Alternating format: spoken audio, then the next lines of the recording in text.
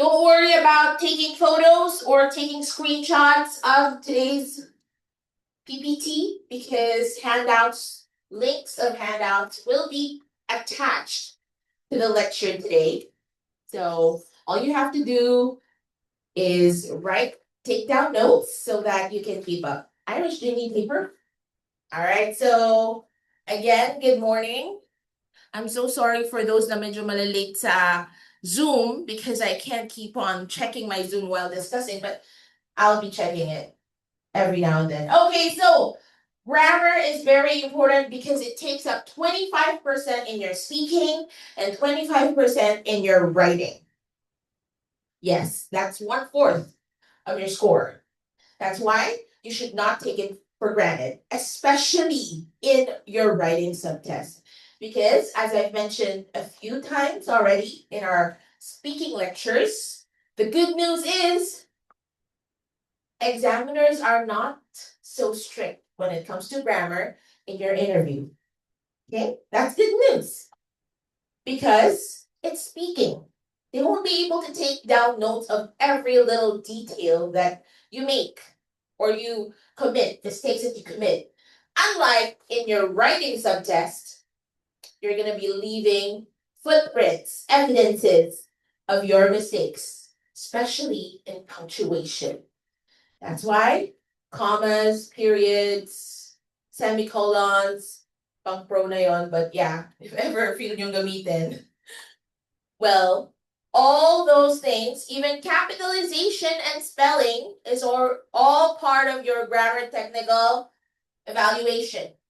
So you have to know how to use the proper punctuations, spacing, capitalization, spelling, and definitely grammar rules. Okay? So the key areas that we need to focus on today, we're going to focus on pronouns. Kahit sa speaking interview, nagkakamali-mali tayo sa pronouns. You're talking about your grandmother, but you're using the pronoun he or him, right?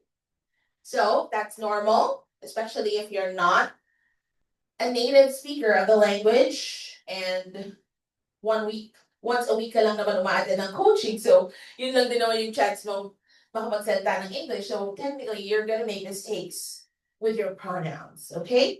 So, we're gonna be covering relative, indefinite, pronoun, antecedent agreement, and the usage of one or ones. Why? Because in your writing, task 2, and for ACAD students, these key areas are very important when you are interpreting your data or statistical data, right? Okay, and definitely we're going to cover articles. We're going to talk about articles. But what are articles? Those are the most commonly used words, like the word the, and an. Okay? Sometimes it's easy to take them for granted, but they're actually very important because konting pagkakamali lang sa paggamit nila, it could actually change the trajectory of your scores, and we don't want that. Then we have quantifiers. We're going to be dealing with numbers, percentages, statistical data. That's why you need to know which quantifiers you should be using. Verb tenses. Yes, sino dito naka-receive ng comment from either me or Sir Kevin mentioning that you are problematic in your verb tenses. Definitely, we acknowledge that verb tenses is very challenging, but today we're going to focus more on present progressive versus simple present and present perfect versus simple past. And definitely, sentence structures. Yung isang whole paragraph po ba, ginawa mo lang isang sentence? Tama ba yun? Let's find out later. Okay, so we have to cover run-ons and comma splices, sentence fragment, dependent clauses, sentence types, and parallel structure. Those words are alien to me. Well, for now. Later, medyo ma-enlighten kayo at ma-refresh ang inyong memory when it comes to grammar because we're going to talk about it in detail. And last but not the least, my favorite. It's prepositions. Why? Because prepositions can change the whole meaning of your sentences. Sa mga pagkakamali nyo, it can change everything. Okay? So prepositions is very important when it comes to grammar for IELTS. Okay. If you do have any questions, you can raise your hands. And for those naman na nasa Zoom, just hit me up in the group chat and I'll be looking at your messages every now and then. Okay.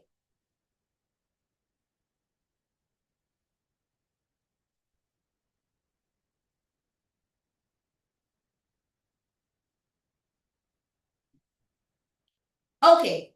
So our first topic is pronouns, and we're going to talk about relative pronouns. It's my first time hearing that word.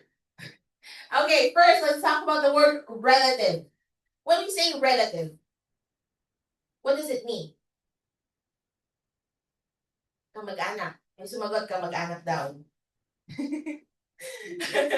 Okay. When we say relative pronoun, it has something to do with a relationship or a connection. It's related. Comes from the word related. That's why it's called a relative pronoun. Let's say we're talking about your mother. Okay? Your mother's name is Lisa. When you write about Lisa, you can't keep mentioning her name in your essay.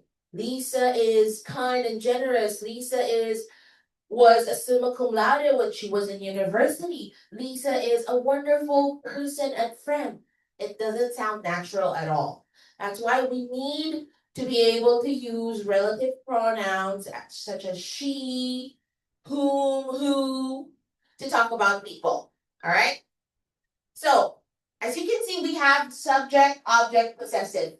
Don't get confused because when we say subjective, it's used in the beginning of the sentence, objective in the latter part or at the end of the sentence. And when we say possessive, it shows ownership. Okay? So, use who and whom for people. And definitely you can't use the word which when you're talking about a person. Because when we use the word which, the relative pronoun which, we're talking about things or objects only. Okay? Now, how about the relative pronoun that? The relative pronoun that is very versatile as it can be used to pertain to humans, to people, and to things. All right, so I'll be typing a lot today because I'm going to show you some examples.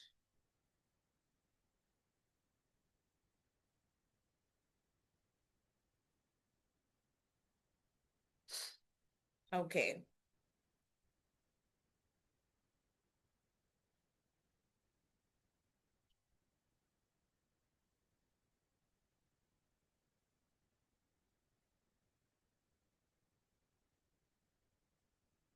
So this is how simple it's going to be, okay?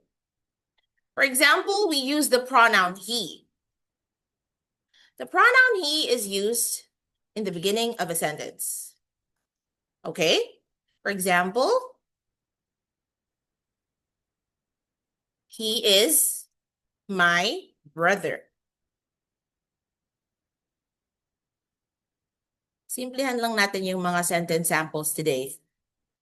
And then the pronoun him is used at the end as the objective case.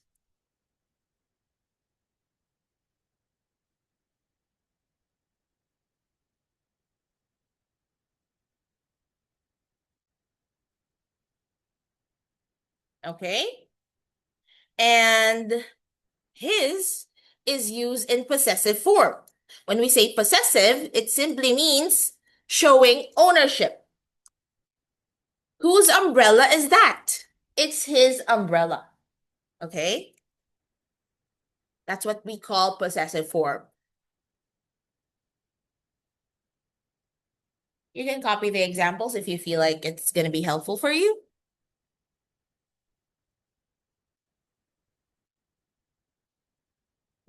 EG means example.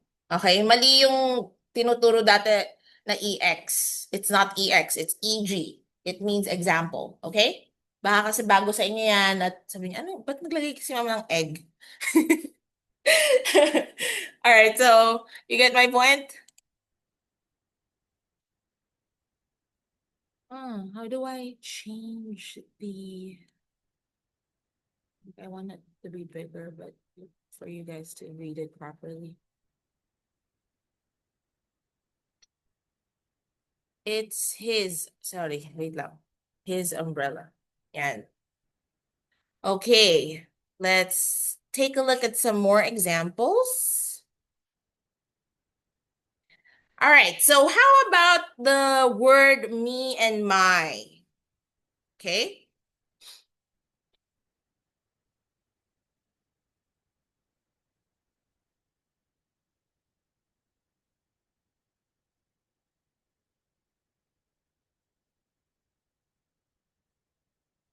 Let's test your grammar skills.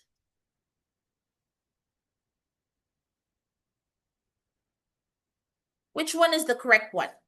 Me and my daughter or my daughter and I?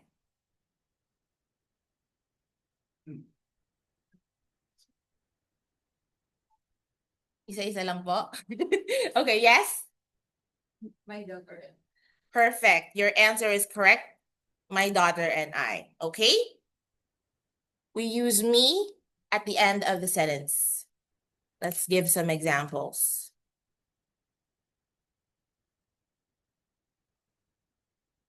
She gave her sisters some money,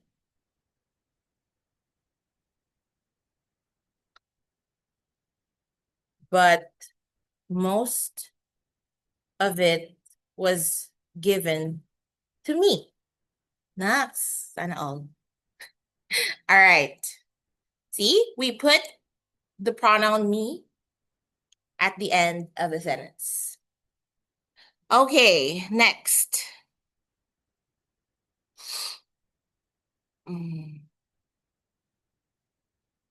So as I mentioned earlier, the pronoun who, whom, and whose are used when we are talking about a person.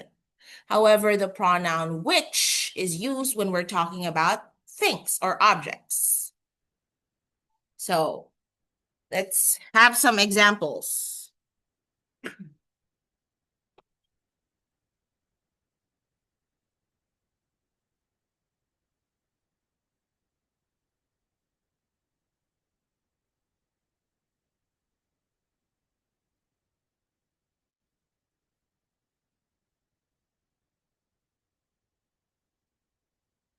Okay. Let's read it. The bag whom belongs to Kate is a designer one. Our subject is Kate. That's why we use the relative pronoun whom. Okay? But you can easily simplify it. The designer bag belongs to Kate.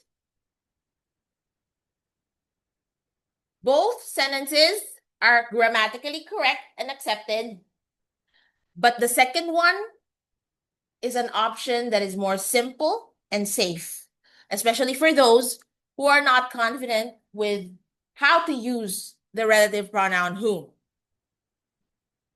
So I'm not saying don't attempt it, but if you're not sure how to use it in a grammatically correct manner, just opt for the second sentence because it actually means the same thing.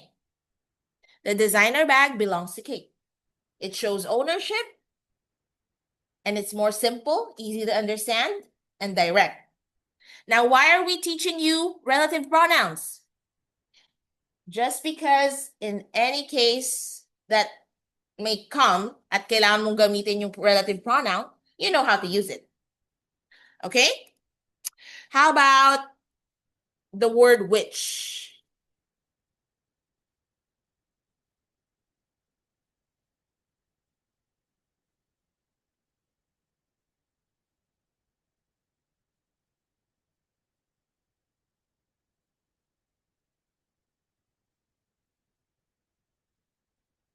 Let's read it.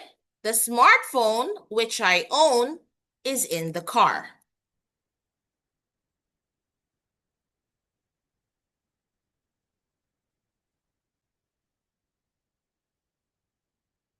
Or my smartphone.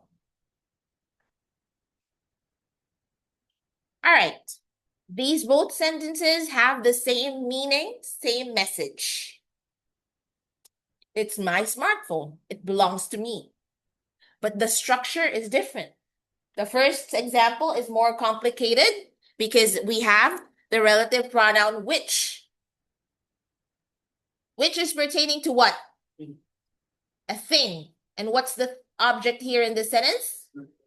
Exactly. Wow. Students today are so bright. Okay.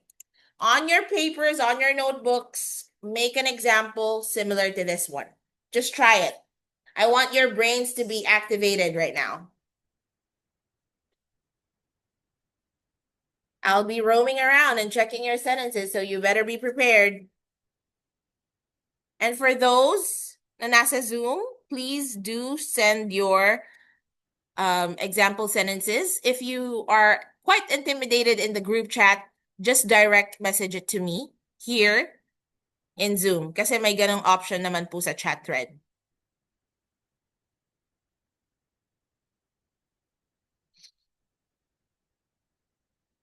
So the thing that is so complicated about relative pronouns is that you have to remember where to put the commas, right? That's what makes it complicated. But then it wouldn't be grammatically correct without the commas in between the relative pronoun phrase, which is which I own. Let me give another example.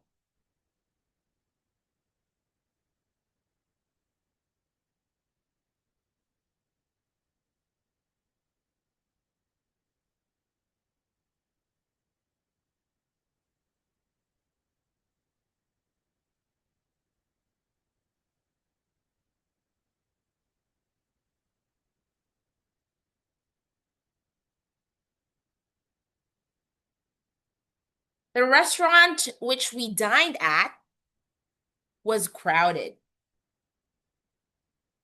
We dined at a crowded restaurant.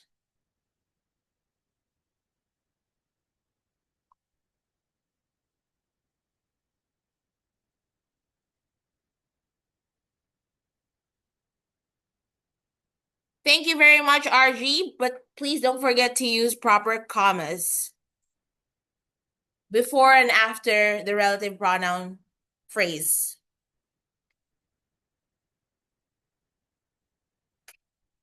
Okay, I'll be checking your sentences.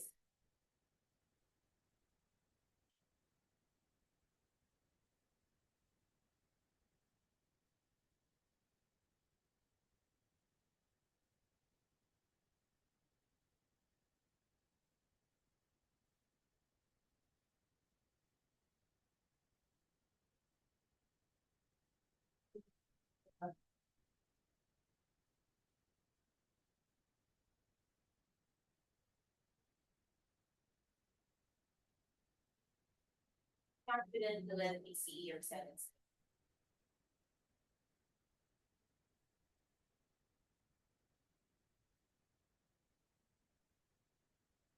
Bye. Andre is confident. Is it Andre? Sorry. Which we went to was amazing. Perfect assignment, wala lang period. Okay. And kasi yun sa name sila yung mga DNVB flavor. We went to an amazing punctuation box lady. Okay, who else?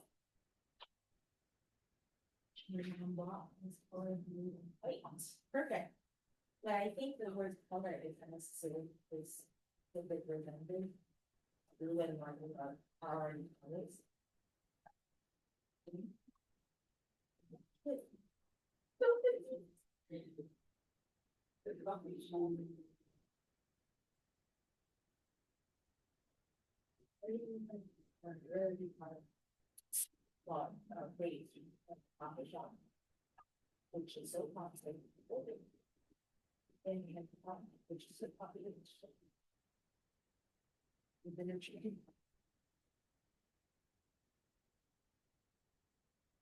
Who else? JD, how about you? Medyo nahihirapan na akong basahin. Tumbler ba yun? Okay. Wow, galing ko mahula. Sayang naman. Tumbler are so expensive.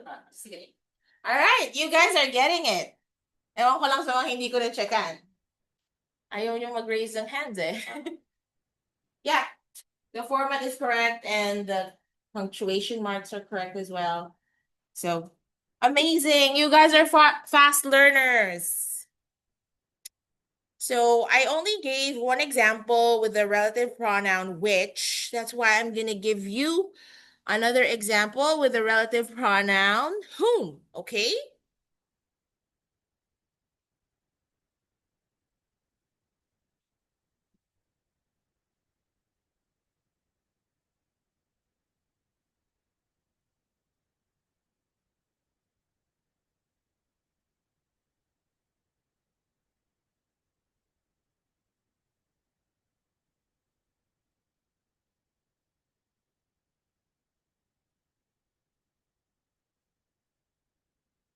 May mga entry din sa Zoom.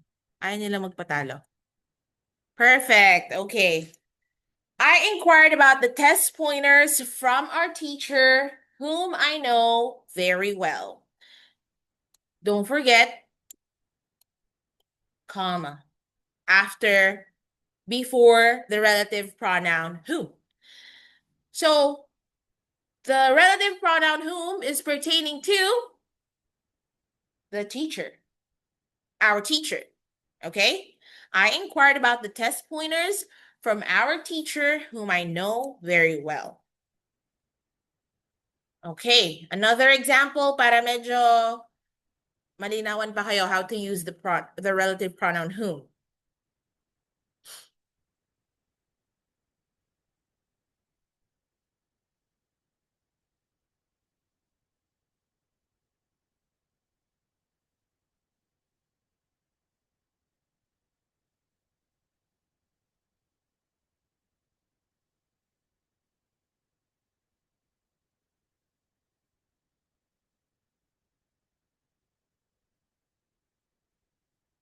Okay.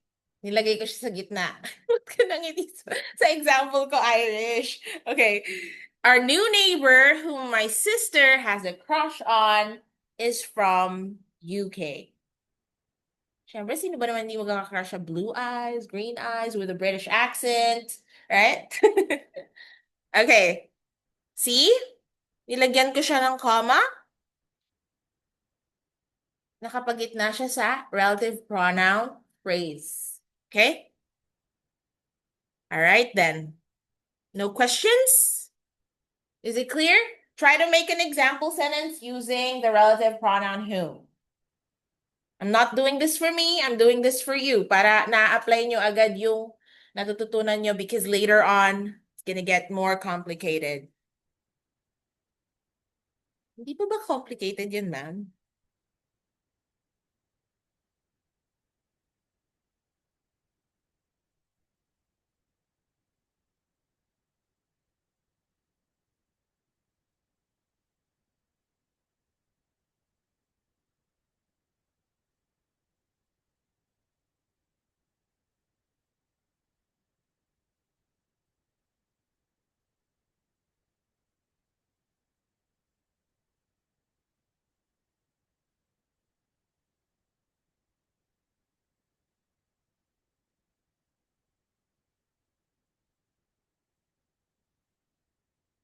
Okay. Are you done writing? If you're done, that's good. We're gonna move on to the last, which is the word that. It's not the last because meron pa palang whose.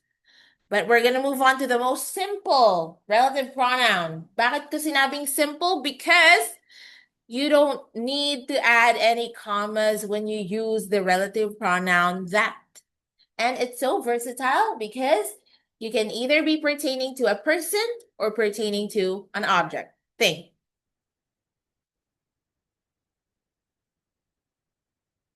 Napakasimple nito.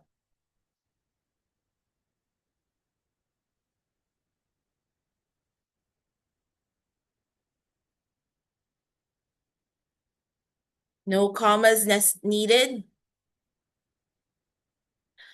This is the laptop that I bought last week. What am I pertaining to when I use the relative pronoun that? Yes, laptop, because a laptop is an object. Now let's use it when we're pertaining to a person.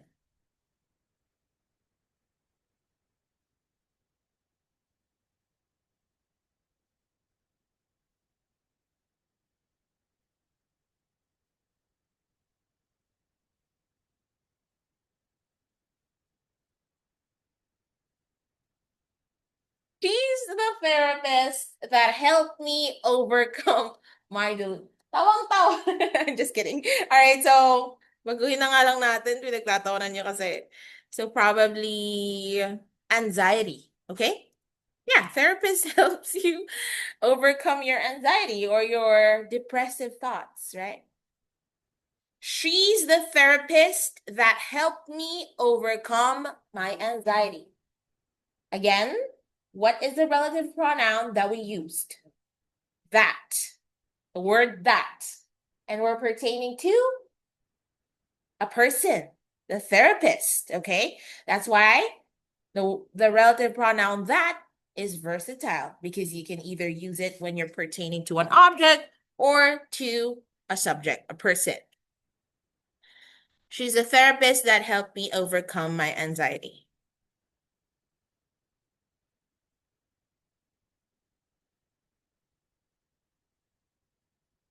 One more example.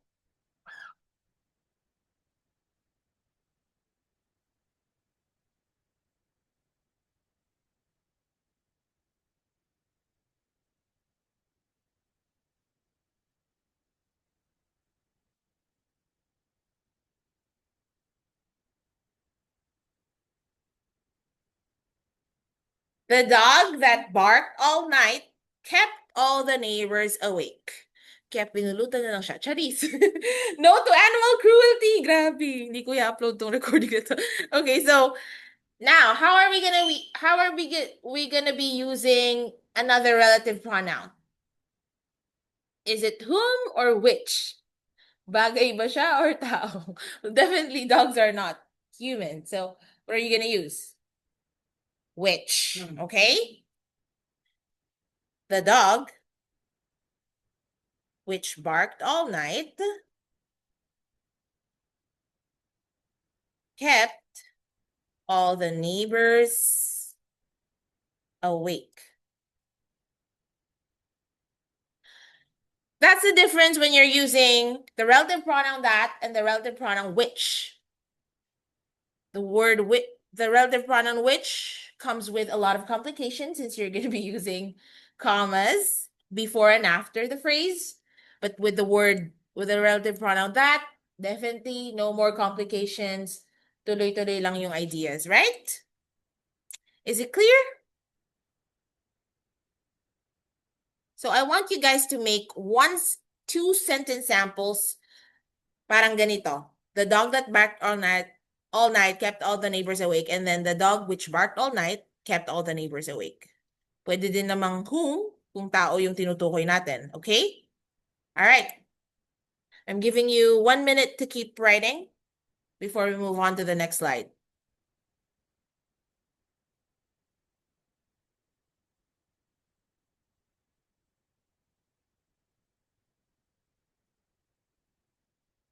Ay, oh my God. I can't undo it anymore.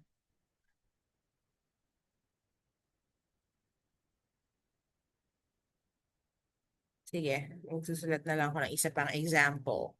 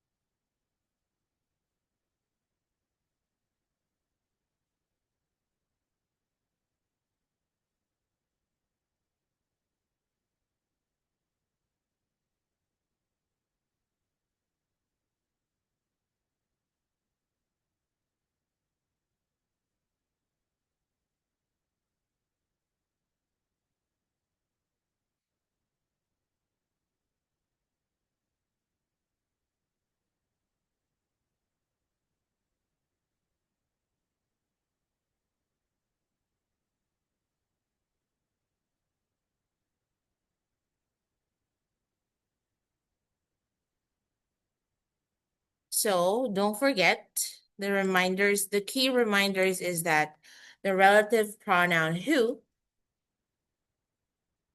is pertaining to persons, which to things, and that both.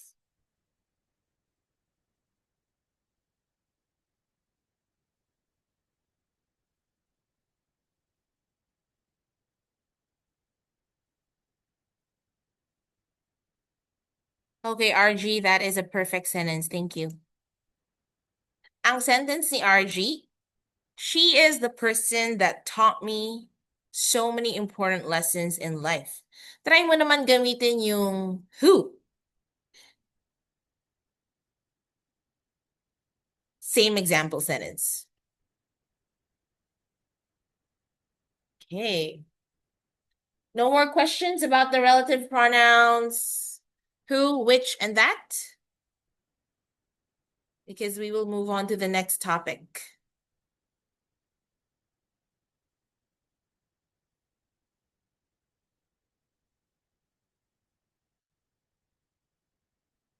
Okay, now we're going to talk about indefinite pronouns. Okay, when we say indefinite pronouns, it simply means that you don't know exactly who you're pertaining to. Okay?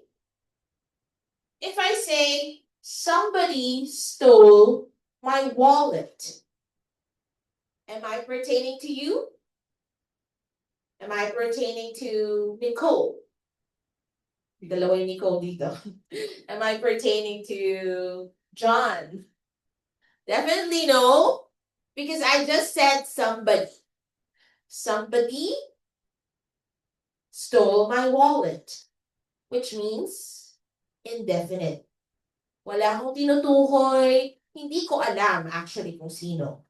But somebody did. Okay?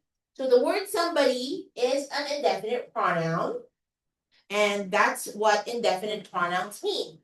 Means walang tinutukoy na tao. And in this list, we have somebody, anybody, nobody, everybody, someone, anyone, no one, everyone, something, anything, nothing, everything. Okay? But of course, they have different use. Some are used to pertain to people, and the ones with body and one at the end are pertaining to people, and definitely the indefinite pronouns ending in thing are pertaining to things or objects. Okay? So, when we are using an indefinite pronoun, we have to make sure that your subject-verb agreement is used correctly. Meaning, you have to use a singular verb after when you are using an indefinite pronoun. Kasi, yun yung assumption sa kanya. Singular siya in form. Okay? You can't use plural verbs when you're talking about indefinite pronouns. Okay, let me give some more examples.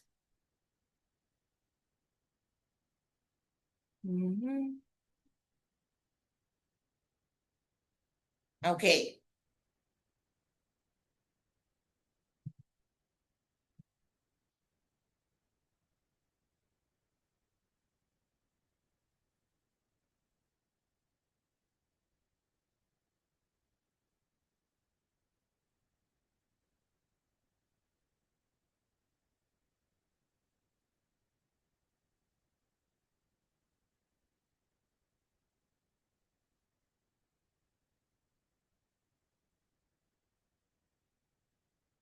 Okay, let's take a look at this example.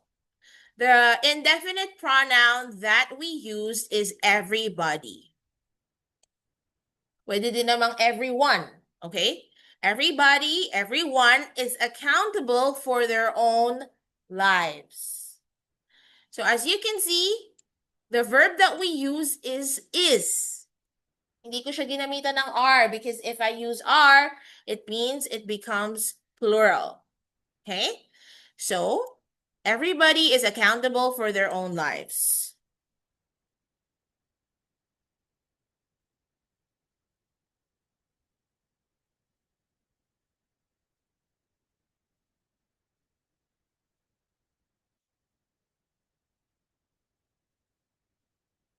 Okay, let's test your wits. So this example says, nobody want or wants to be the leader. Medyo iniba ni ma'am, hindi na is or are. Medyo mas nakakalito kasi may S na ngayon. So, one rule that you have to remember when it comes to English subject-verb agreement is that if a subject is plural, it has an S. And if it's singular, it doesn't have an S. But the opposite rule applies when it comes to verbs. If it has an S, it becomes singular. And if it doesn't have an S, it's used in plural form. Okay?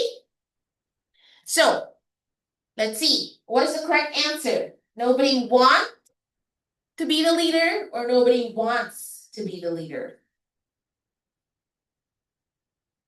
Confident na kayo sa answers nyo? Okay, very good. The correct answer is wants.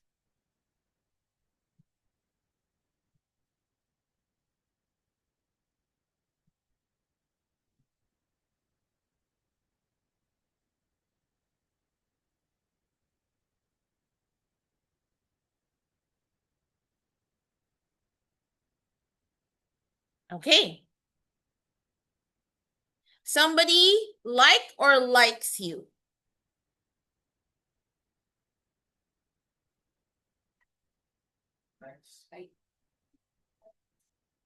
Kanina sagot niyo once, tapos ngayon ginawa niyong like. Nalilito na tayo. Okay, so again, somebody is an indefinite pronoun. That's why we use singular verb. Ito siya, guys. After an indefinite pronoun.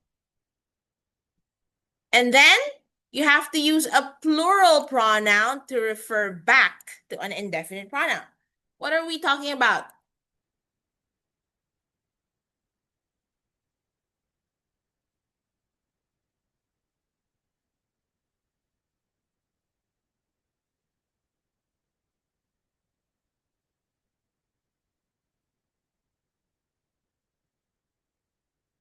Kawalan pa yung mali ko. Teka lang.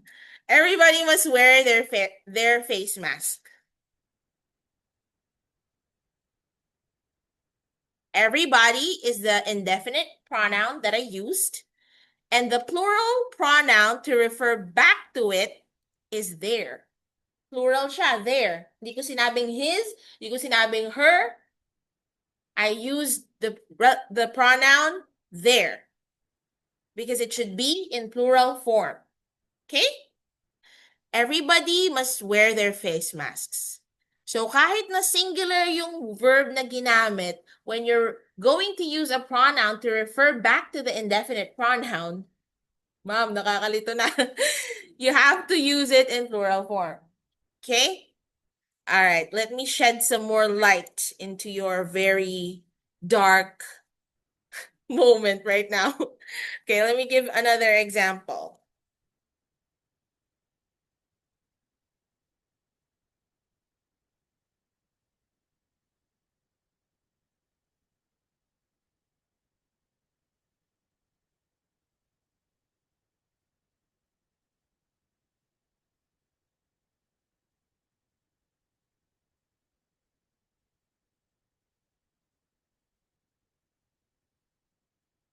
Okay.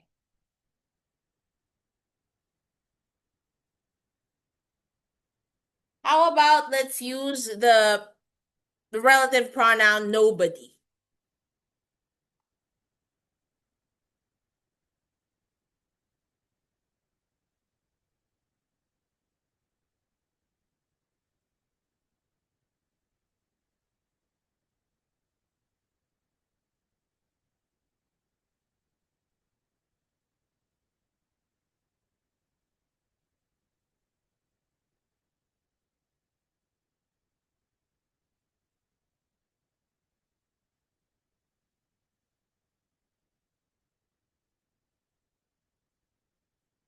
Okay, this is a little bit more complicated than the previous examples, but let's try it out. Nakayan ko para makita nyo. So the example that I gave is nobody knows what happened. They, he, or she are or is clueless. Let's fix the sentence. First, what is the relative pronoun that I used? Sorry, indefinite pronoun. What is the indefinite pronoun that I used? Nobody. Can you say it again? Nobody. Hindi nobody, ah. Yung mga kumakanta dyan ng nobody, nobody. All right, it's nobody. Okay? At ang usapan natin, singular verb. Which means it's supposed to have an S. Okay? Nobody knows what happened. And isa pa sa rule, use a plural pronoun to refer back to the indefinite pronoun. So, ang gagamitin natin ay? Perfect ka naman dyan, Jesus. Jesus talaga na yun niya, akala niyo ba? Okay, so, are or is? Perfect. Now let's read it all together. Nobody knows what happened. They are clueless. So, we applied all the rules. Thus, our sentence is perfect. Sentences are perfect. Okay, try to make your own using these rules. Use a singular verb after an indefinite pronoun and use a plural pronoun to refer back to an indefinite pronoun. In short, your sentence should have this structure. I'm actually encouraging everyone to bring out their notes and pens and paper so that they can apply. But since English teacher po kayo, wag na po. Kung pwede po, kayo na lang dito. Joke lang. All right, so please practice. I'm giving you a minute.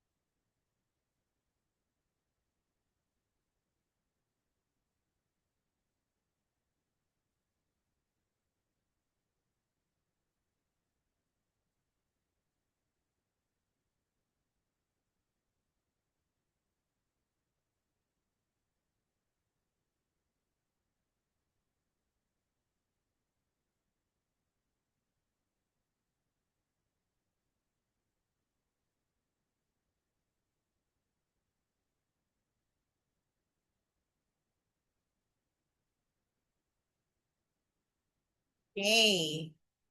So let's move on to the next slide. No questions, right?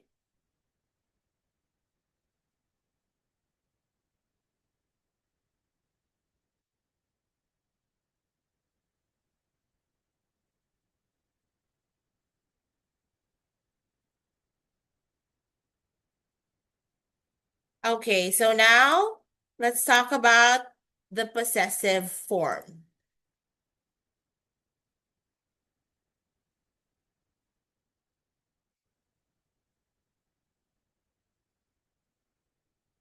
Okay, add an apostrophe, an S, in after your indefinite pronoun to make it possessive. Okay? As simple as this is Shannon's lecture room. It means it's my lecture room. I'm the lecturer. It belongs to me. I'm the owner. Example lang yun, guys, okay? All right. I'm gonna list down the examples. Someone's umbrella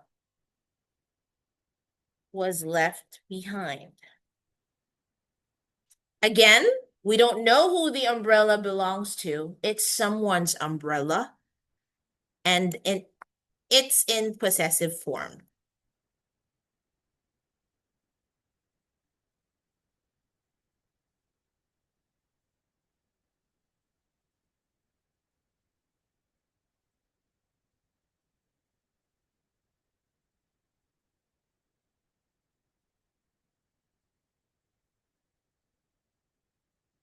Nobody's business. Everybody's right. Okay?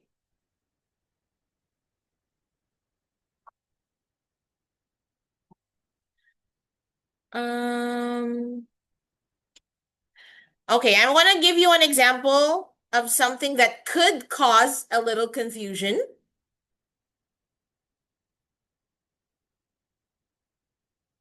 This example sentence, let's pay attention to this.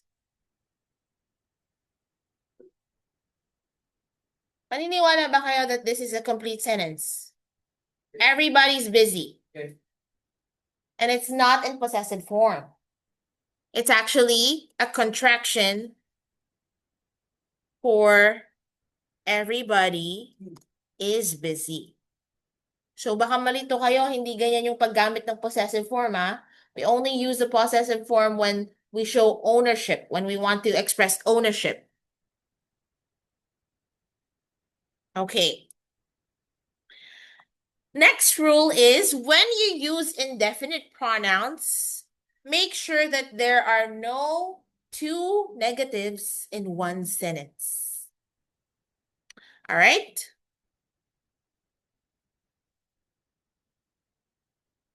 I'll give some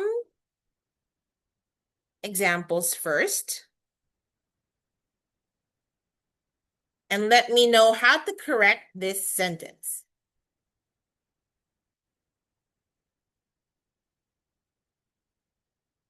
I do not have nothing. The word not is in negative form. It means wala, nothing. Negative, okay? I do not have nothing. Nothing, is it negative or positive? Negative. Meaning, hindi mo pwede silang pagsamahin in one sentence. So something must be changed here. What is it? Let's make it positive.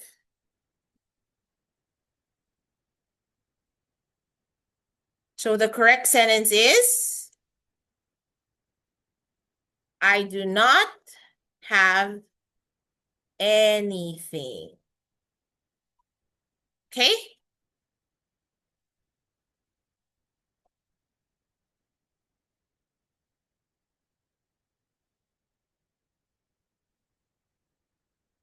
Because when it comes to indefinite pronouns, you are not supposed to have double negatives. Okay? Is that clear?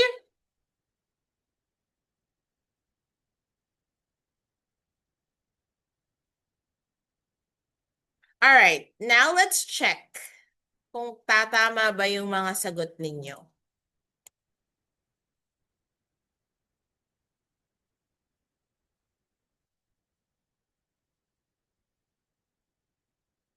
No one has nothing.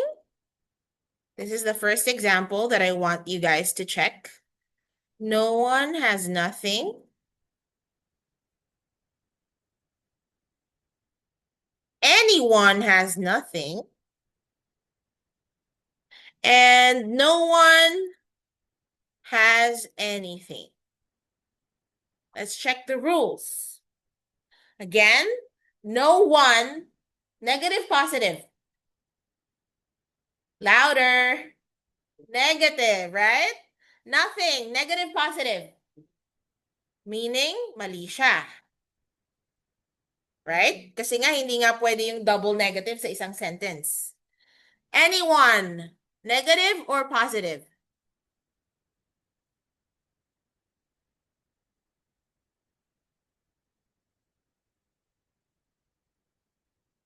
Anyone has nothing.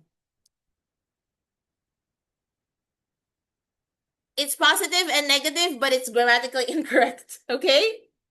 Grammatically incorrect. That's why the correct answer is no one has anything. All right? All right. So there you go.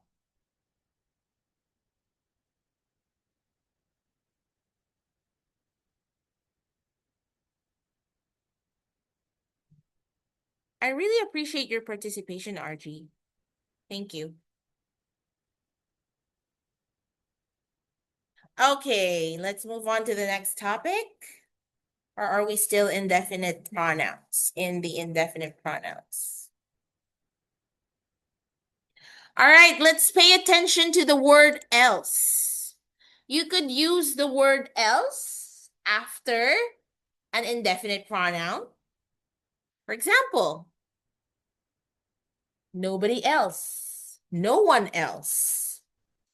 Ano ibig sabihin ng else? Meron or wala ng iba? May iba na ba siya? Hindi.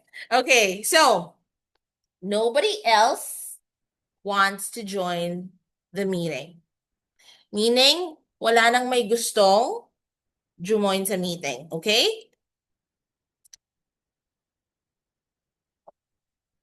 So we add the word else when we are pertaining to an addition to the ones that already mentioned. Would you like anything else? I'll be serving you some steak and some a veggie salad and some red wine. Would you like anything else? Yan. May gusto ka pa ba? All right. More example sentences.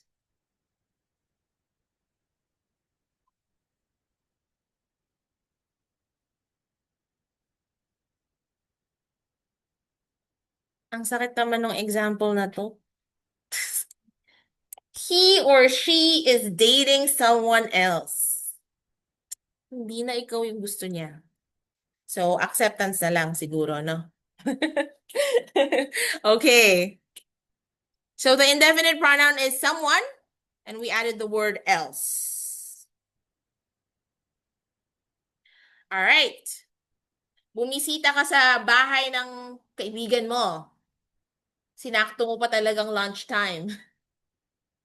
Hey, I can smell the aroma of the food from your kitchen. What is your mom cooking? Is she cooking caldereta? No, she's cooking something else. All right? So that's how you use this, the word else in a sentence.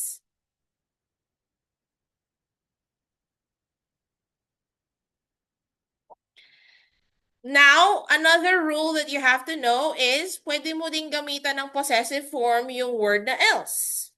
For example, is this your umbrella? Puro na lang umbrella. Sige, iba na lang. Car. Is this your car? No, it's not mine.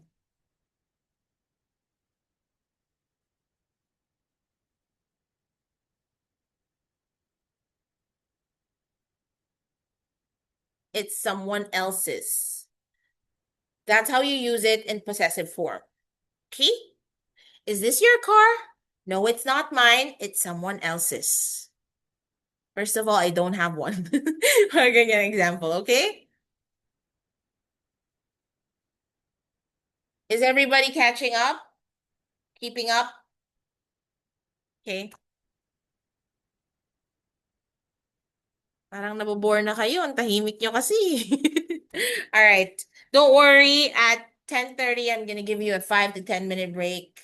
All right, to loosen up a bit.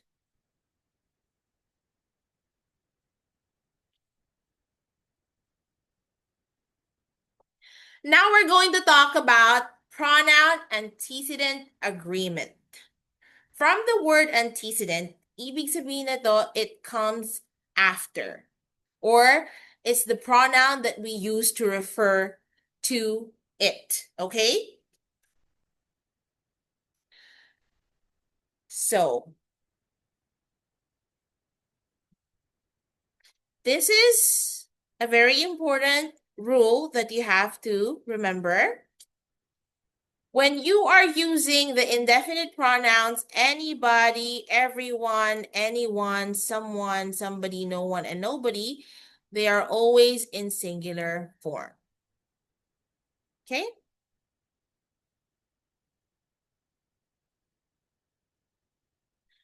Okay.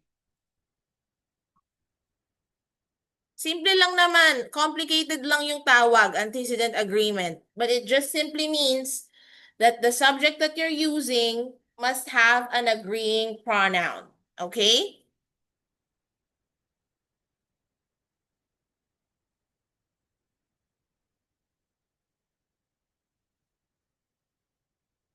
Melissa is the new CEO of our company. Obviously, the word Melissa is not a unisex word, name.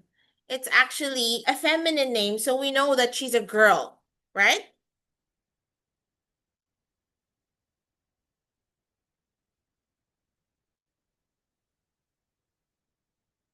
Melissa is the new CEO of our company. She is fit for the position.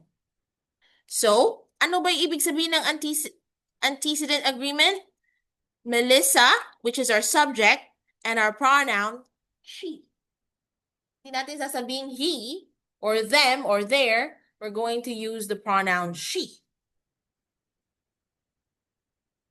Paano naman, ma'am, if plural? The students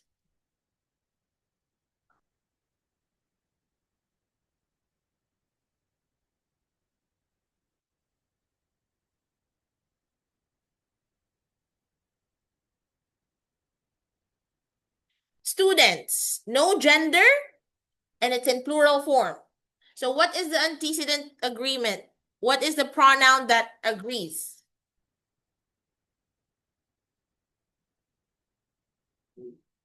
Depende sa sentence sa kasunod. They are the top students, pupils in our school. So, students, and the pronoun that agrees is they. Okay? The students will be attending a seminar. They are the top pupils in our school. Okay, one more example. In your writing tasks, definitely you will have some, halimbawa, the population in an area. So we're talking about people, all right? We're talking about humans or individuals. Now, para maging mas madali for you, use the plural form, like individuals, people in the community. All right? Para hindi ka na malito sa antecedent agreement na gagawin mo. All right? So, but for example, the writer is talking to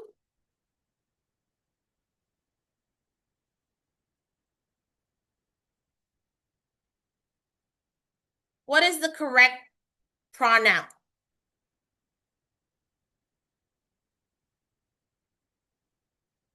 Writer, we're talking about one person, just one writer. So definitely X na tong there. Because we're only gonna use the pronoun there if we're kapag naka-plural to. The writers are. The writers are talking to their audience. Okay? Sige, lagay ko dito. The writers are talking to their audience. Ma'am, paano nga? Ano nga ipipiliin ko kasi? Wala namang gender si writer. you have no choice than to put his, her.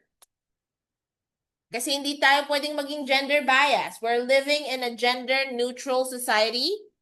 Dati, acceptable na kapag hindi alam yung gender na tinutukoy, masculine agad yung ginagamit na pronoun, which is him, his, he. But now, it's 2025, people. We're living in a gender-neutral community, society. So definitely, we're gonna put his, her. But since this is a very informal way in your writing, it's better to pluralize the subject and write. The writers are talking to their audience.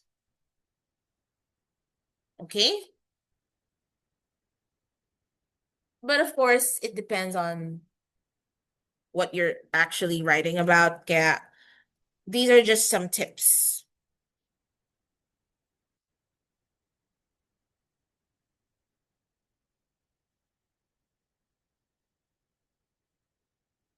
Mm-hmm. Okay, so in order for you to avoid making mistakes, avoid gender bias words such as mankind, fireman. Gender bias yan. Kasi puro man lang ang nakalagay, right? Men, man, okay? Air hostess. So what are the alternatives then?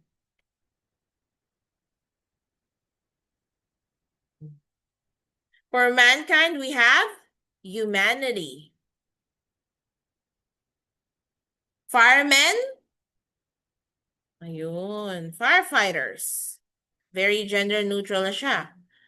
And dati kasi, ginagamit yung air hostess when pertaining to stewardess, mga flight attendants. So you can use cabin crew. Okay? It's a little too general. That's why just make it more specific. Okay? Meron pang iba. For example.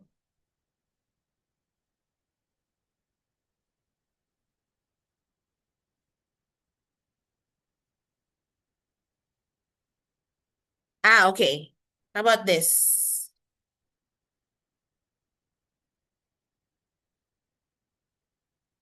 It's very crucial for you to avoid using children because it's a little too informal and it's not academically inclined. So you can say young ones. All right?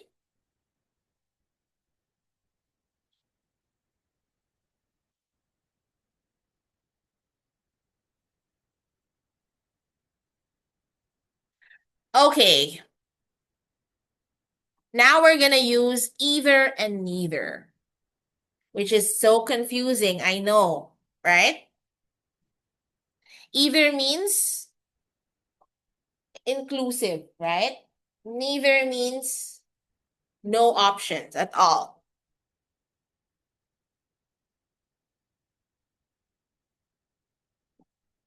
Mhm. Wait, please. 10:20.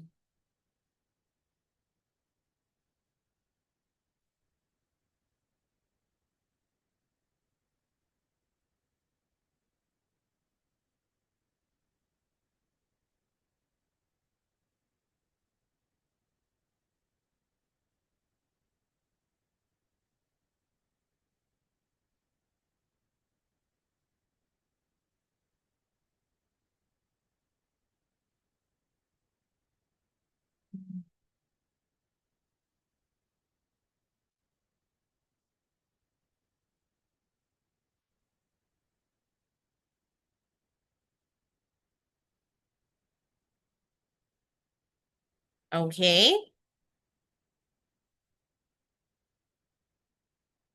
Neither of the books was interesting to me. So we use neither. And if you notice, our verb is in singular form. Was. Neither of the books was interesting to me.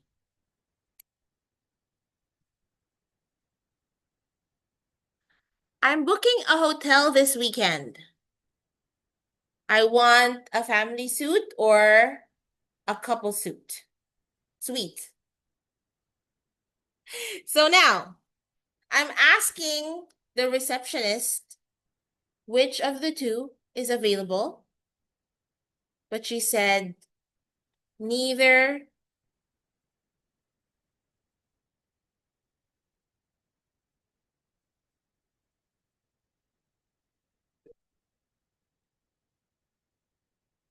What is the correct answer? Neither is available right now or neither are available right now. I'm talking about the family suite and the couple suite. I'm choosing between the two. Pero sabi niya, we're fully booked. Neither is available right now. Okay. How about either? Madalas pag nasa school, you are trying to negotiate with your teacher when you're checking your examination paper. Baka naman pwede tong sagot na to. Is it acceptable? And then she's so kind and then she says, either of the two.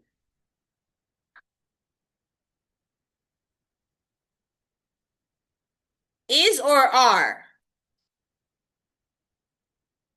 Either of the two is acceptable. Okay?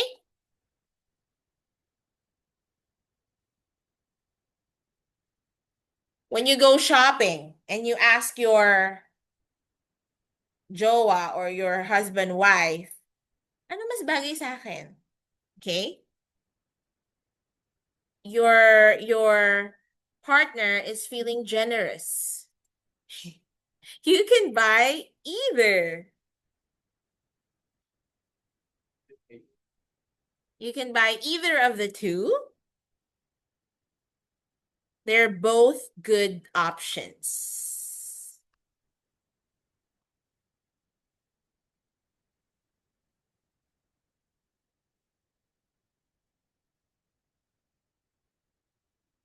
Okay.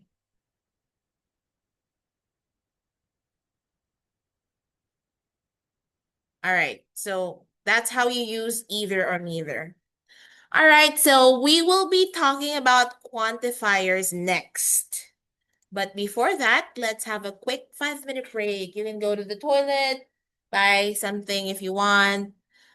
5 to 10 minute break, okay? And then we'll be back. But if you want, you can also stay here.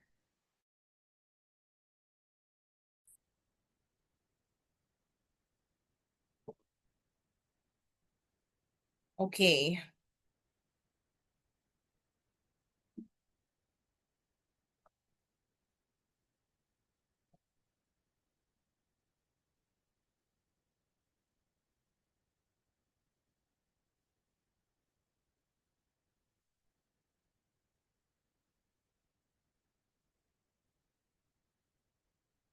Okay, so these are more examples of the antecedent agreement. Students must hand in their assignments before the end of this month.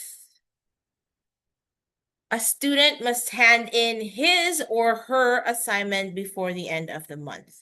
So if it's in plural form, you have to use the plural pronoun there. And ayan, may S kasi. But of course, we have an article which makes it singular. That's why if the gender is not identified, you use his or her. Okay? Don't forget that because it's very important that your pronouns agree.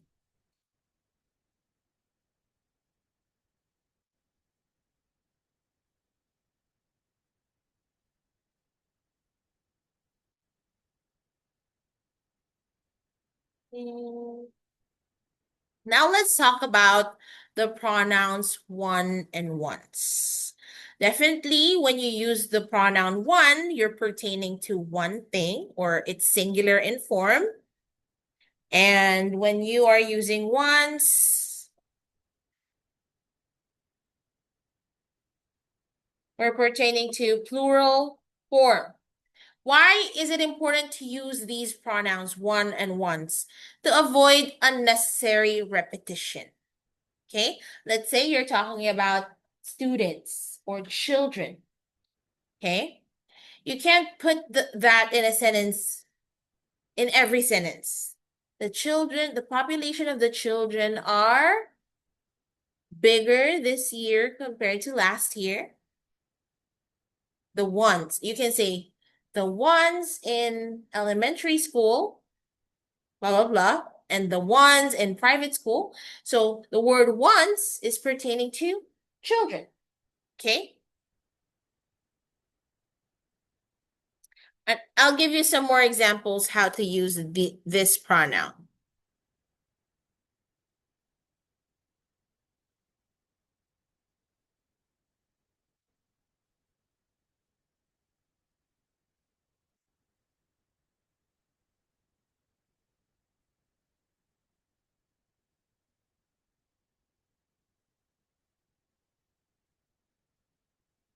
I can easily say, I like this shirt, but I'll buy the other shirt. It's repetitive, right? That's why if you use the word one, it makes it sound like you are more competitive in your vocabulary and lexical resource. Another example.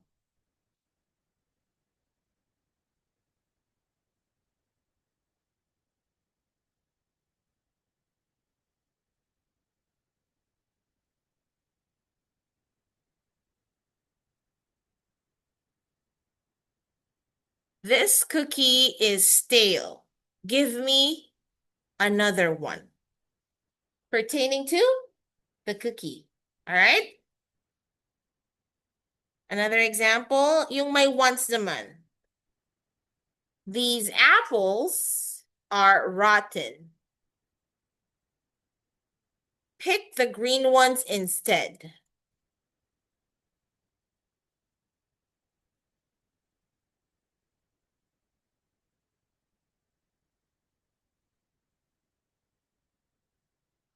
This is pertaining to apples, right?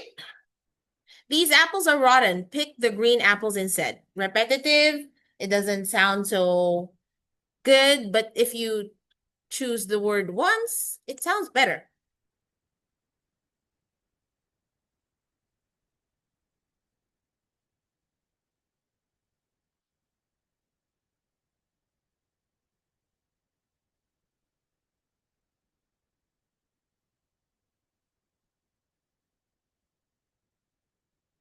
Isa pa naman sa pinaka-importanteng kailangan yung i-note when you're writing an essay, a letter, or task one, definitely repetition should be avoided. That's why we're teaching you how to use these pronouns.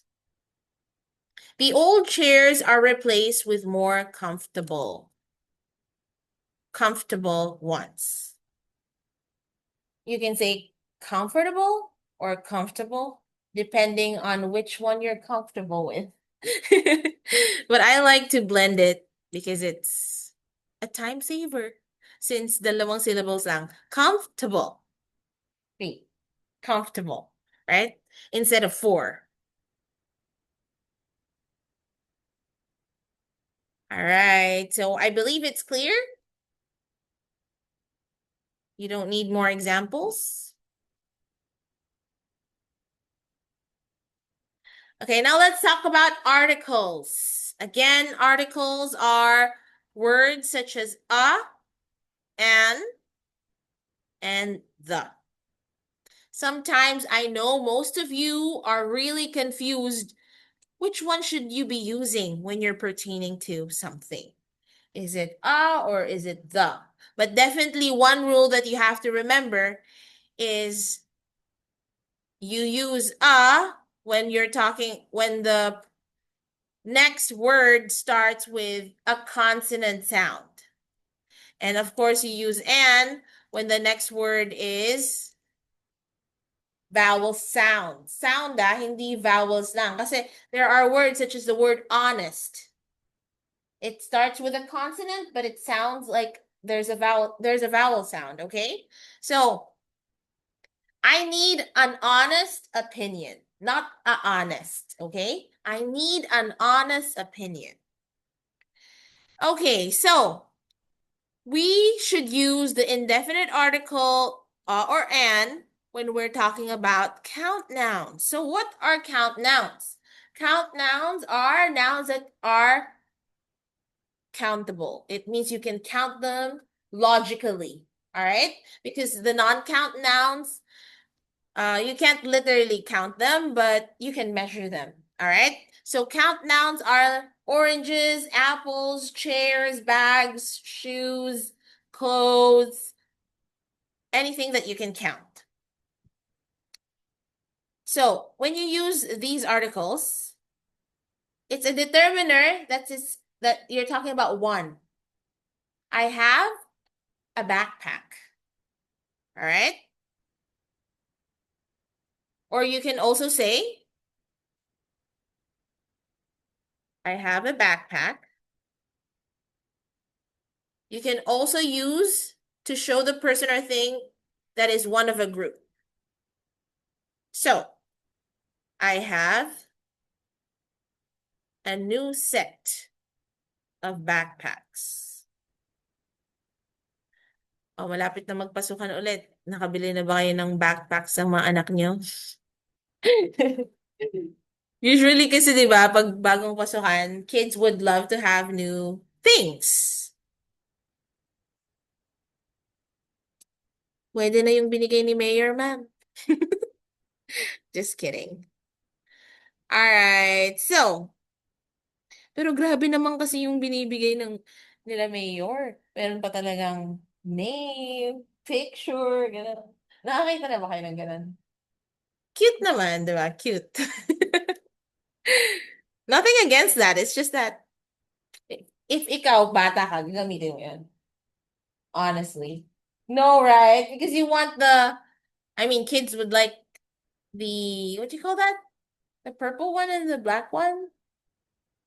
Yung part ng Hello Kitty world. Kuromi. Yeah, Kuromi. Yun yung uso ngayon sa kids. Kuromi. And how about the boys? Roblox. Roblox? What? Marvels. Yun pala yung mga uso ngayon. Okay. Napaghahalatan yung mga may kids dito. Yung mga hindi, tahimik lang. Alright. So, ang low ng energy kasi grammar yung lecture today. I hate it. Okay, so anyways, guys, if you have questions, let me know. Or if you need me to slow down a bit. But I feel like everyone's catching up naman, right? All right, so now the word "the" is actually the most commonly used word. Not only in speaking, but also in writing. That's why it's very important for you to know the correct usage of the article "the." Okay? So, it's easy. If you can't determine whether to use "a," "and," or "the," one simple rule that you have to remember is that when you're using the article "the," it means that you already know what you are pertaining to. We have common knowledge about something. For example, we're in this classroom. There's only one speaker here. Please turn off the speaker. Hindi ka na malilito kung anong speaker tinutukoy ko because you know that this is the speaker that I'm talking about. So if I ask you to turn it off, you're automatically gonna go here and turn this off. But now, if I ask you to pick a book from the shelf without adding any adjectives, go ahead, pick a book from the shelf. It means hindi mo alam kung anong book yung tinutukoy ko. But if I say, Get me the black book from the first level of the shelf. That's why I use the article the, because I'm pertaining to something that you and I both know. Okay? Get me an apple from the basket. It means any apple. Doesn't matter which apple, just get me an apple from the basket. Now, if I say, get me the apple on the table, get me the apple from the table, it means there's only one apple. We know both which apple I'm talking about. Okay? That's how simple you use the article the. Any questions?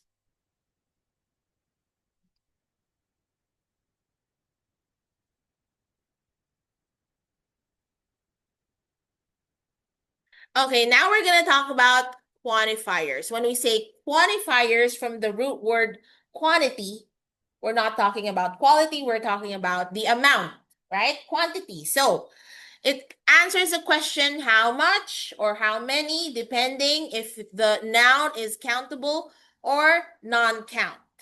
Okay, so how much pertains to non-count nouns, such as nouns that you need to measure. Water, powder, yung mga granules. Well, you can literally count it if you have the luxury of time and if you're sane enough. Sige, count the granules of coffee. But usually we say 1 teaspoon of coffee, please. 2 teaspoons of sugar. Grabe. 2 teaspoons of sugar. Diabetes na. So, count non-count nouns. Anything that is in liquid form.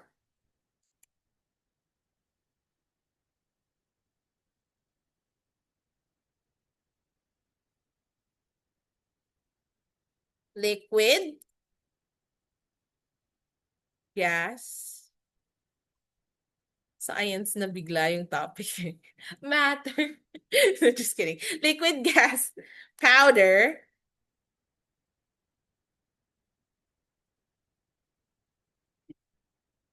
like juice,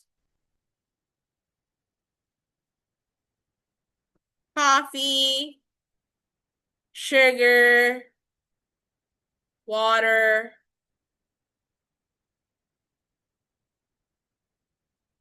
flour. What else? Butter, right? Oil. Kung gusto mong makakita ng non-count nouns, punta ka lang sa kusina, marami doon, okay? Definitely, ganun lang siya kasimple. Huwag natin i-complicate. But we also have what you call some abstract non-count nouns. When we say abstract, it means we're pertaining to ideas or intangible things such as honesty, love, faith, courage. Those are nouns, and they are also non-count nouns. So definitely, how much faith do you have? Okay, you can't say how many faith do you have. How much faith do you have in yourself that you're gonna pass the IELTS in one take? Tinrigger ko anxiety nyo eh, no? I'm so sorry, I'm just kidding. All right, so yes, these are non-count nouns. All right, so use the following quantifiers with both count and uncount nouns. So if you want to have a safer answer, use these quantifiers. All, any, enough, less, a lot of, lots of, more, most, no, none of, and some. Okay? Can I have some coffee?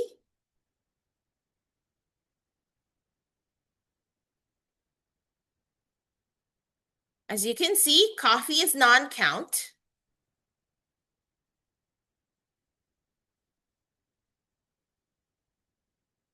apples is countable. But I used the quantifier some.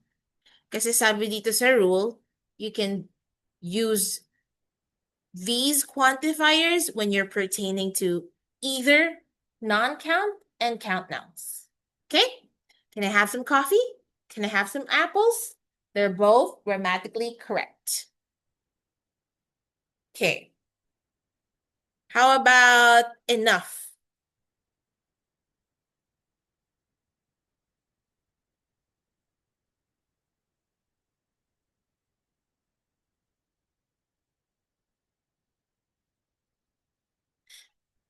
Enough of your ranting, please.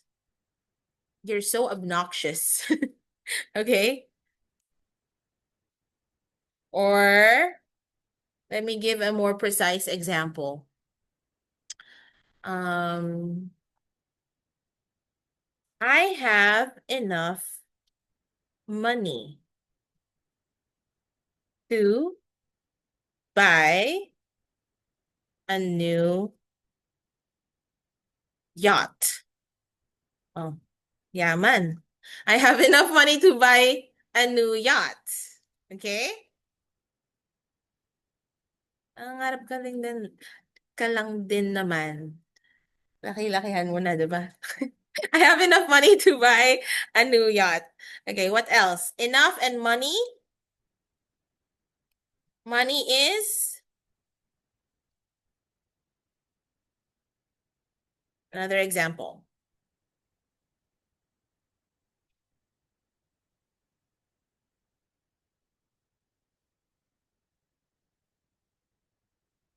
Money is countable.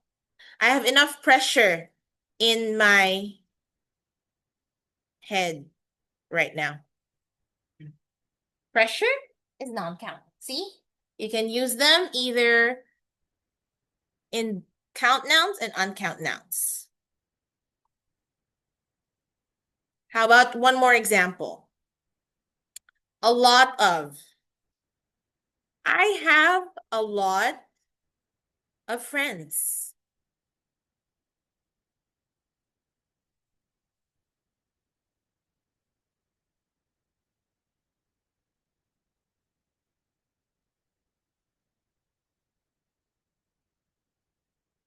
She has a lot of milk in her cup. Right? A lot of, this is, I have a lot of friends. Friends is countable. Milk is non-count. You used a lot of in both situations. Okay? Now, you have to be careful because these quantifiers below can only be used when you're pertaining to count nouns. Both, each, either, few, fewer, neither, and several. Count nouns lang ang pwede mong gamitin when you use these quantifiers. Okay. Andrew has fewer friends than Max.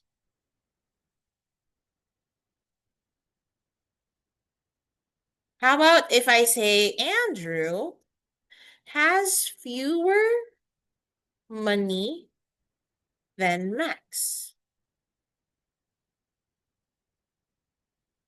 So the first example is correct because we use count noun, friends.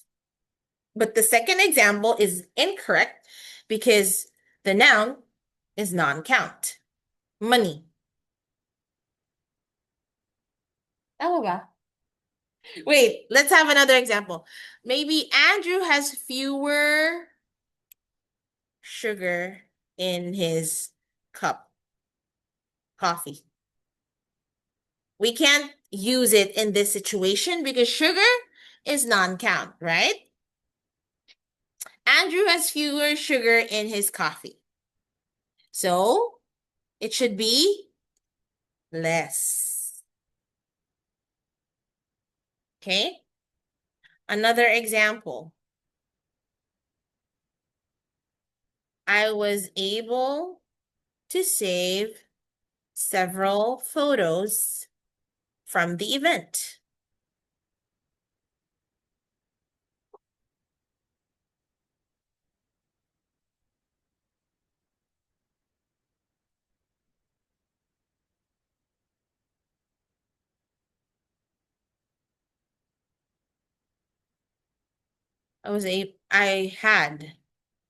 I had several hope from the situation. So obviously, the second sentence is incorrect. Kasi hope is a non-count noun, so you can't use the quantifier several. I had little hope from the situation. Okay? I was able to save several photos. Since photos is count nouns. That's why that's grammatically correct. Okay. I hope those examples are enough to clarify your thoughts. Okay. We will be finishing this lecture at 11:30 because I know a lot of you missed the one-on-one coaching last Wednesday. So who among you would like to have a one-on-one coaching after the lecture? I already know Myra and I don't know your name, sorry. Myra and husband na lang. Myra and husband, you two are gonna have a one-on-one coaching with me. And also you, JB. All right. Who else? Okay, slots are full. Okay, so we have 5 slots already. Myra, husband, JV, Irish, and ma'am, Joyce. I think it's your first time. All right, so nice to meet you, by the way, Joyce. Kanina pa siya nandyan, ngayon ko lang siya Okay, so, all right. At 11:30, we're gonna start. Siguro 12:30. Finish at 1. Okay, yeah, I'm gonna finish at 1 p.m. Tomorrow, it's gonna be Sir Kevin who's gonna cover the lecture. I don't know if he accepts one-on-one coaching after lectures, but if he doesn't have so much in his plate, probably he will accept. Or for those of you who feel like you need that boost because you're about to take your exam, pwede nyo naman siyang pakiusapan, right? Oh, wait naman yun. Nandito ba kayo kahapon? Sino nandito kahapon? Maraming pumasok kahapon. 11. Uy, ngayon, 13. Competitive. Okay, so next. Ano naman ang mga quantifiers na pwede mong gamitin when you are pertaining to uncount nouns? Kagaya kanina, I use the example a little sugar. Not much. Would you like some milk in your coffee? Yes, please, but not much. Okay. Did you know that a bit of faith can actually move mountains?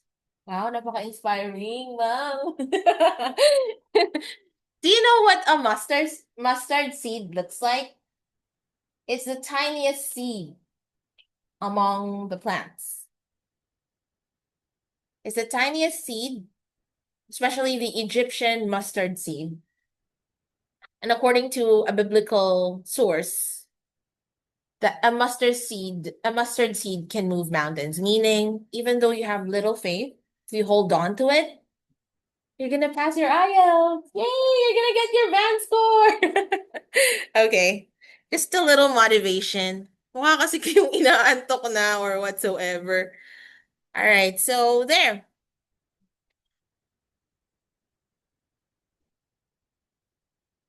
We've already practiced either neither, so let's just skip that.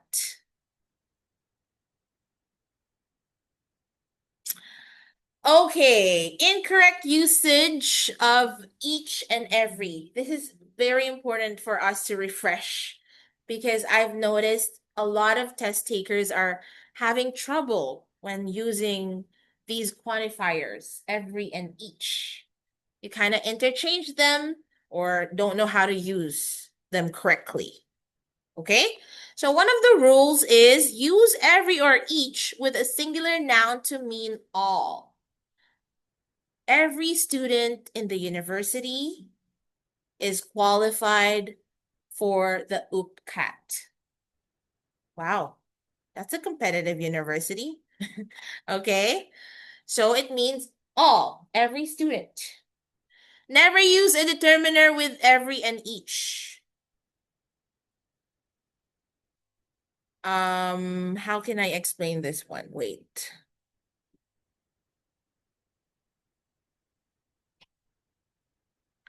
One of the common mistakes with every and each with a determiner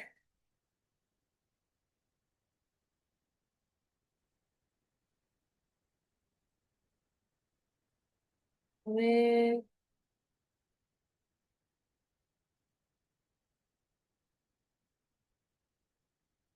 okay. An example is the every student passed the test.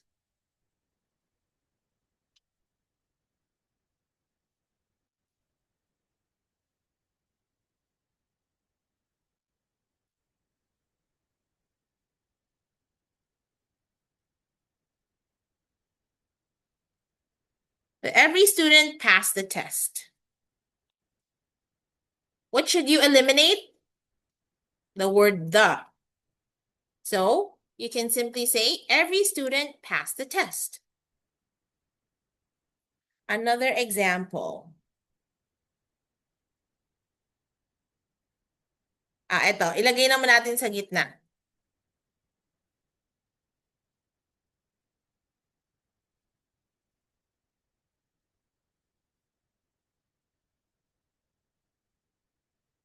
Each book is fun to read.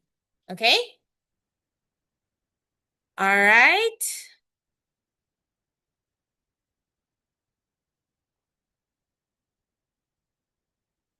After quantifiers, we're going to talk about verb tenses. All right. So you have to be able to pay attention to the question really well before you head on to answering, because verb tenses are very important, especially if questions are in hypothetical state. For example, describe an ideal vacation with your family. Because of the word ideal, automatically we know it's hypothetical. It means it has not yet happened, but it could happen in the future. For example, if you were to earn 6 digits a month, would you still go abroad? So hypothetical yon, meaning you're not experiencing that right now, but if you were to experience it, would you still go abroad?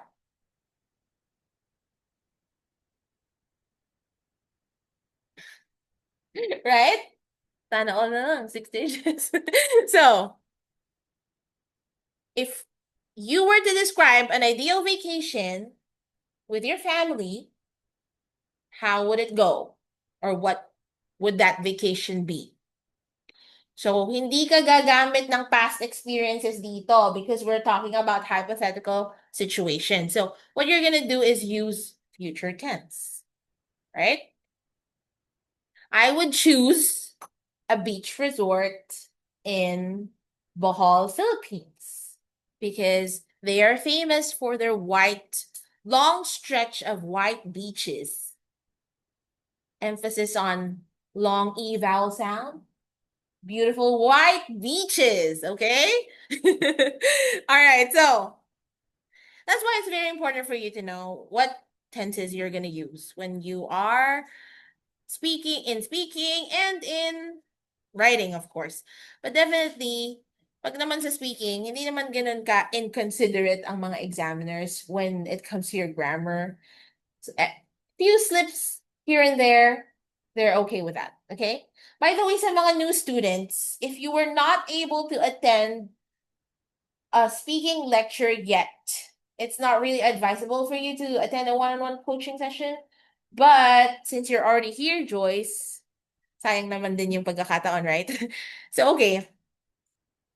But if you feel like natatagalan kayo sa next speaking lecture, you can watch a replay video. Just scroll up in our group chat, Wong Chong.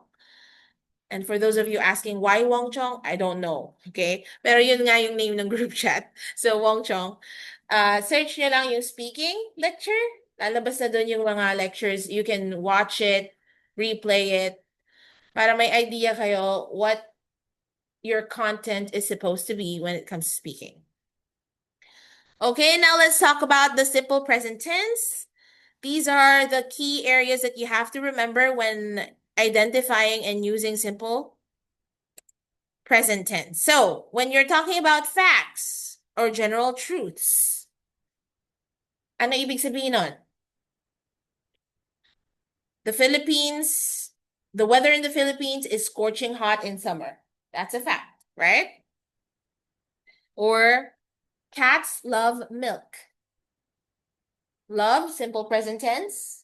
Cats love milk. It's a general truth that maybe your specific pet does not like milk, okay? But generally, most cats love milk, right? Permanent situations, habits. I have the habit of biting my nails, something like that. So simple present tense, I like biting my nails, okay?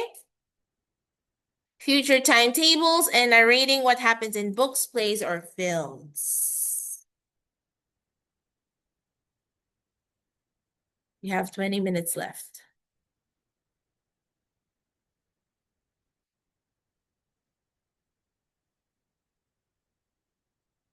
Okay, so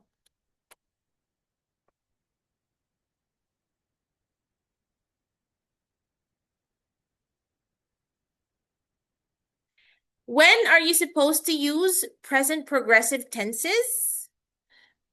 Present or unfinished actions, temporary situation, something new in contrast with previous state, changes in development. So for example, present progressive is, I am taking up nursing in NUST, NEUST.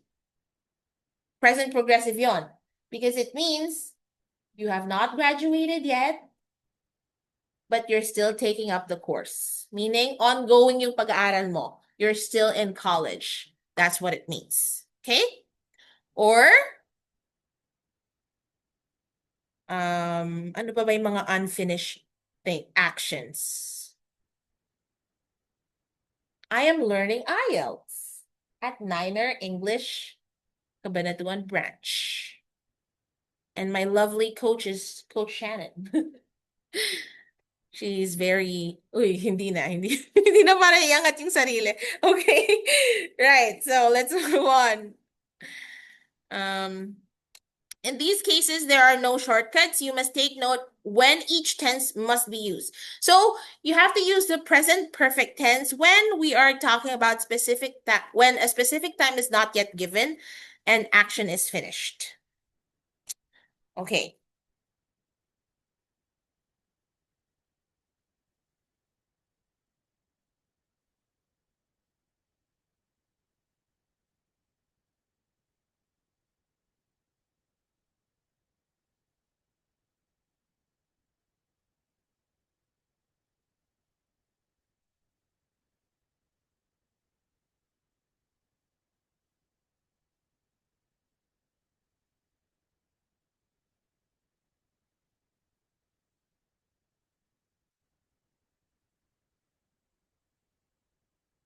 So a given example is, she has traveled to Japan 3 times. Action is finished. Nakapag-travel na daw siya sa Japan 3 beses. Okay. Another example is,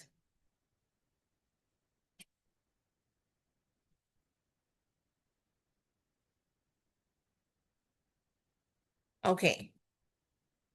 He has broken his phone again.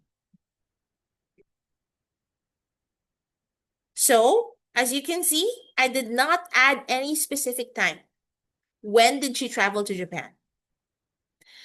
She has traveled to Japan 3 times. It's just that plain. And he has broken his phone again. I did not add any specific time.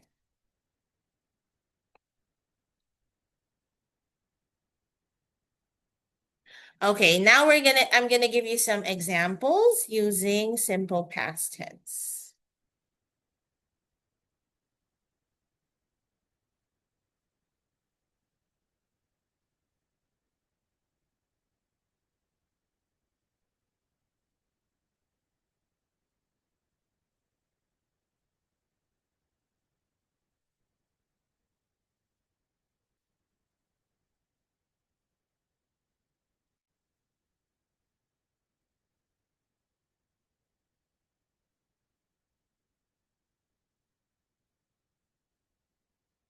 The difference is, meron ka na ngayong tinutukoy na time. Okay? I have visited my grandparents last weekend. And another example, we traveled to Paris in 2022.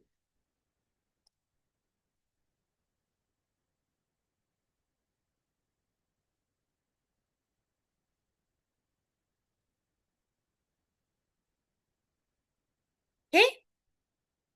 Any questions?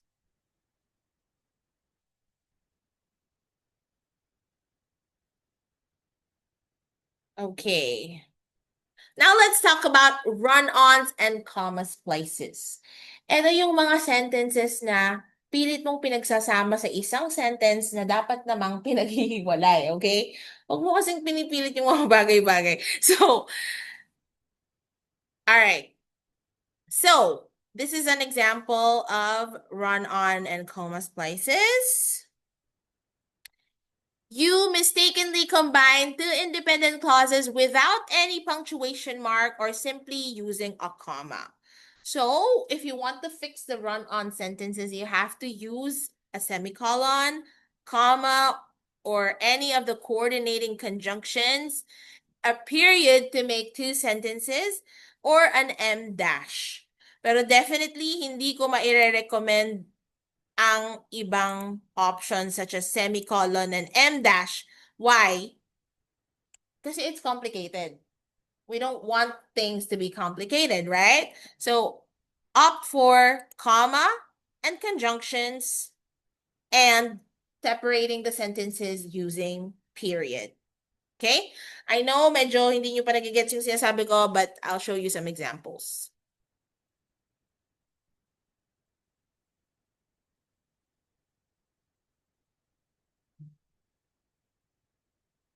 Wait lang. Okay, dito ko na lang pala isusulit yung examples.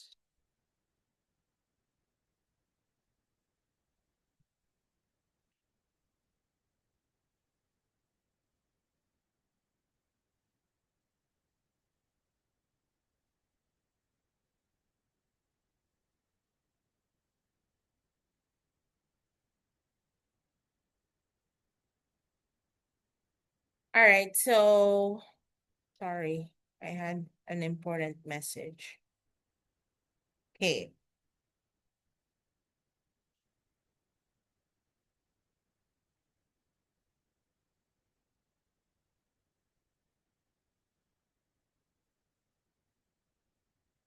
The sun is shining. Birds are chirping. It's a beautiful day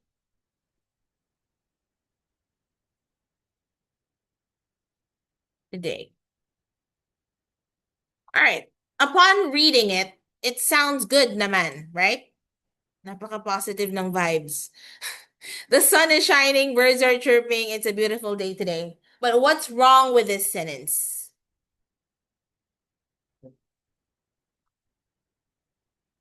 So, hindi siya dapat pagkasyahin sa isang sentence lang. The sun is shining, conjunction, and birds are chirping. Period. It's a beautiful day today. Okay? That is the correction. Another example is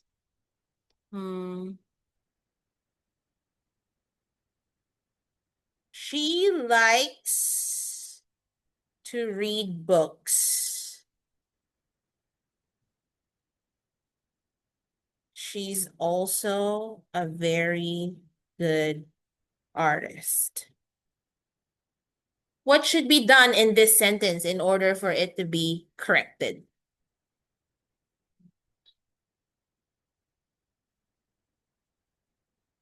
Dalawang pwedeng gawin dito. She likes to read books, and she's also a very good artist. Or option number 2, she likes to read books. She's also a very good artist. Okay? More examples.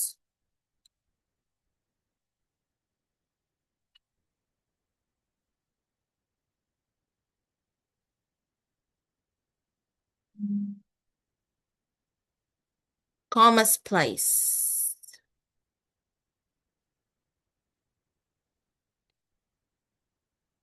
I went to the mall.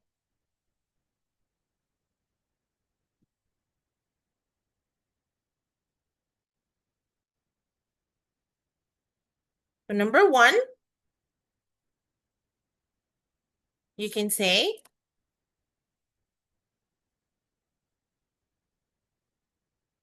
put a period. I went to the mall. Jane was there. Or number 2, anong conjunction ang gagamitin natin? And, but.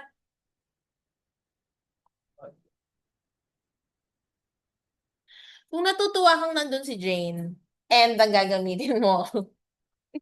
Okay? I went to the mall and Jane was there. Pero kung hindi ka natutuwang nandun si Jane, but Jane was there. Pwede din naman. Kung friend mo si Jane or kung iniiwasan mo siya. May utang kasi ako kay Jane. But Jane was there. Oh my gosh. All right. So, gets niyo ba how to fix the sentences? Okay.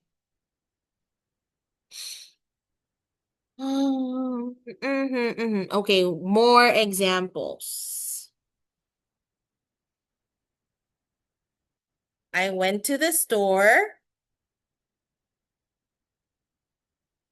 bought some milk,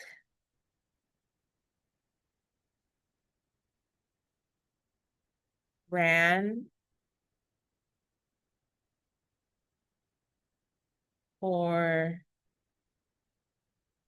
3 hours. Ganon ka-desperate no? Na mag-burn ng calories. I went to the store, bought some milk, ran for 3 hours. What's the correction here? I went to the store and bought some milk. Then I ran for 3 hours. Or pwede rin naman, I ran. Pero para may transition, you can say, I ran, then I ran for 3 hours. For my daily cardio exercise. Okay? And another rule that you have to remember is make parallel examples. For example,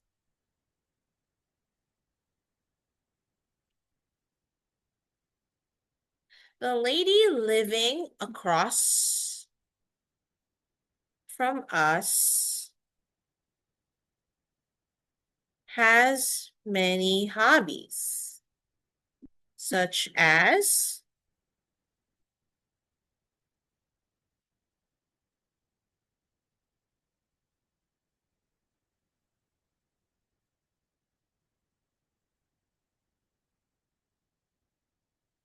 okay, we have to make them parallel. The lady living across from the street or from us has many hobbies, such as she likes jogging, to shop, and to cook. So they are not parallel. That's why we have to correct it and say the lady living across from us has many hobbies, comma, such as jogging, shopping, and cooking. So, as you can see, parallel, meaning pantay-pantay at may magandang flow. Okay, what other example should I give you?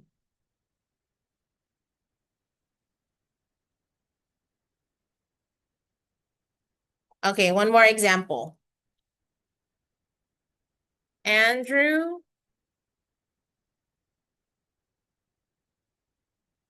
planned to go for a walk. He took his dog with him. They went together.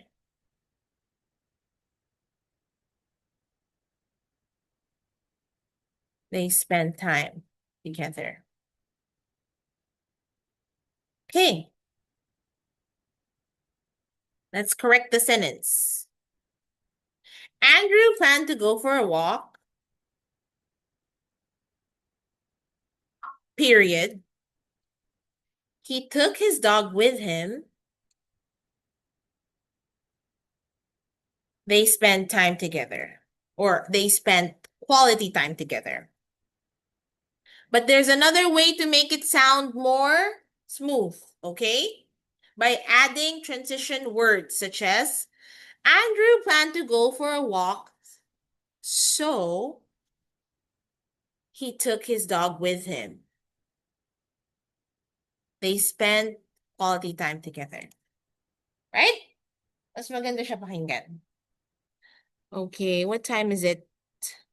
Well, we will end right here. Who's gonna go first sa coaching, guys? If you don't have any more questions, we will proceed with the coaching session. Okay? So, gusto mong mauna, Myra? All right, sure. So, next we have your husband. Para sabay na kayo. JV, you're next. So, for those, I think you can have a quick snack or lunch break if you like. All right? Since it's gonna take a little less than 45 minutes, mga ganun, okay? Or an hour. So if gutom na kayo, you can grab a snack or you can wait in the waiting area, which is right there. I'm going to be ending this Zoom session. See you all at the branch.